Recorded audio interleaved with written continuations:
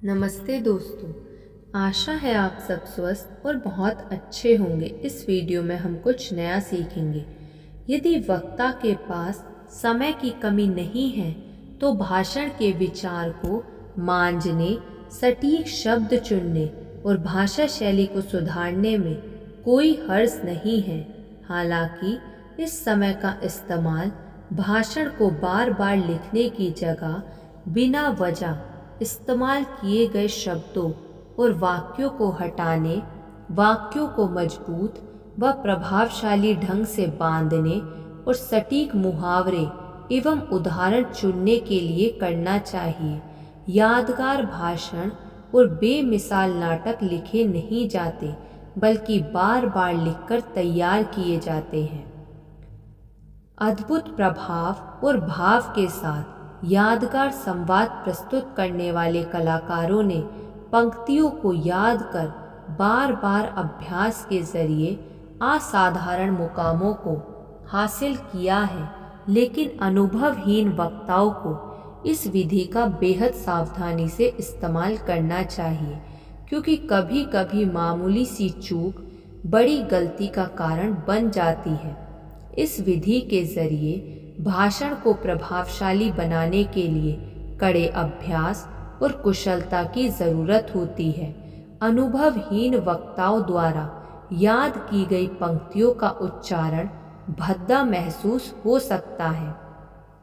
किसी और सामान के विषय में जानकारी देने वाले कर्मचारी द्वारा याद की गई पंक्तियों को सुनिए। उच्चारण में अकुशलता और भद्देपन का एहसास खुद ब खुद हो जाएगा।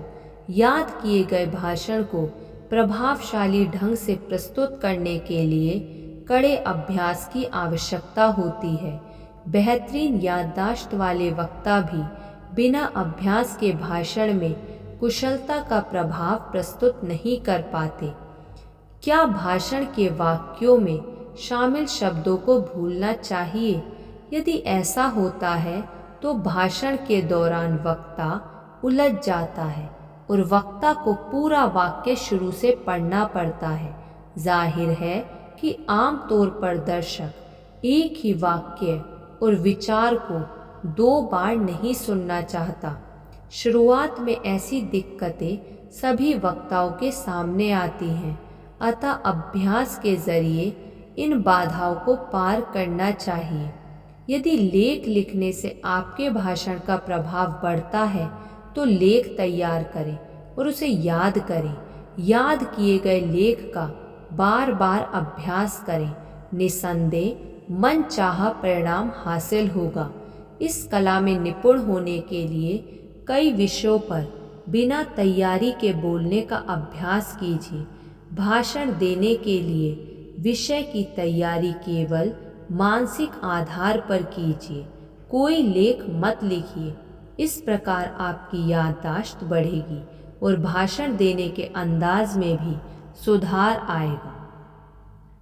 इसी प्रकार कुछ और संक्षिप्त वर्णन के जरिए एक अभ्यस्त वक्ता ध्यान आकर्षित करने वाले विचारों को महत्वपूर्ण स्थान, विचार की गहराई को प्रभावशाली, मुख्य विचार को लाल स्याही से अंकित और टिप्पणी के मुख्य पंक्तियों के नीचे रेखा खींचकर महत्व देने योग्य बनाने जैसे कई तरीकों को इस्तेमाल कर सकता है। अंकित किए गए महत्वपूर्ण विचारों से संबंधित अभ्यास और तैयारी भाषण के दौरान स्वाभाविक रूप से प्रदर्शित हो जाती है, लेकिन एक अनुभवहीन और शुरुआती वक्ता के लिए सलाह है कि पूर्ण लेख तैयार करें। साथ ही यह भी सुझाव है कि पूर्ण लेख तैयार करने की आदत को धीरे धीरे लेख से संबंधित संक्षिप्त बिंदु लिखने में बदलना चाहिए। कुछ समय के लिए लेख के द्वारा पढ़ने की विधि आवश्यक होती है, लेकिन ज़्यादा समय तक इस्तेमाल करने से यही विधि बुराई का रूप ले लेती है। अभ्यस्त वक्ता भी इस विधि का इस्तेमाल केवल विशेष परिस्थिति में ही करें। सुझाव है कि जहाँ तक हो सके लेख के द्वारा भाषण देने की परिस्थिति को टालना चाहिए। निश्चित रूप से बिना तैयारी भाषण देने की कला सर्वोपरि है। इस तरह के भाषण को जनता बहुत पसंद करती है और यह महान वक्ताओं का पसंदीदा अंदाज होता है। तात्कालिक भाषण को कई बार बिना तैयार किए गए भाषण के तौर पर समझा जाता है।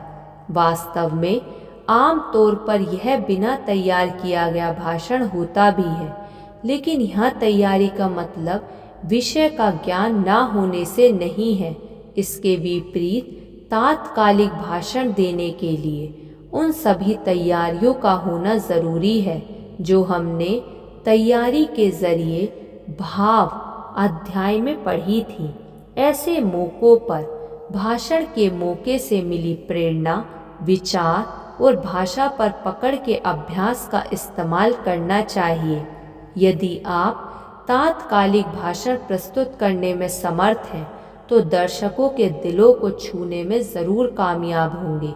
एक प्रकार से दर्शक ऐसे वक्ता के साथ जुड़ा महसूस करते हैं और विचार के भाव को करीब से समझते हैं। तात्कालिक भाषण प्रस्तुत करते समय वक्ता दिल से विचारों को व्यक्त करता है। ऐसा करते वक्त ना तो वक्ता में हिचक होती है और ना ही शब्दों का अभाव। वक्ता का ध्यान भटकाने के लिए लेख, टिप्पणी और मुख्य बिंदु जैसी विधि कागज पर लिखी नहीं जाती। वक्ता सीधे दर्शकों से संपर्क स्थापित करता है और विचारों में छुपे संदेश की व्याख्या प्रभावशाली ढंग से प्रस्तुत करने में कामयाब होता है। वाक्य कई बार ठंडे और फीके महसूस होते हैं, अतः दर्शकों पर अपेक्षा के अनुसार प्रभाव नहीं पड़ता है। लेकिन जब वक्ता दिल से बोलता है तब वाक्य पटुता से संबंधित सभी शक्तियाँ एकत्र हो जाती हैं और भाषण जीवंत हो जाता है। तात्कालिक भाषण प्रस्तुत करते समय वक्ता दर्शकों की रुचि को भांपते हुए किसी विचार के व्याख्यान को विस्तार दे सकता है तो कई विचारों का व्याख्यान त्याग भी सकता है। हालांकि सभी वक्ताओं के लिए इस विधि को अपनाना संभव नहीं है। यह भाषण की सबसे कठिन विधि है। इस विधि को कड़े अभ्यास के बिना नहीं सीखा जा सकता, लेकिन बाकी विधियों के मुकाबले इसका प्रभाव सबसे ज़्यादा गहरा होता है। धन्यवाद। ऐसी और वीडियो सुनने के लिए आप इस चैनल को सब्सक्राइब कर लीजिए और इस वीडियो को लाइक कर दीजिए। धन्यवाद।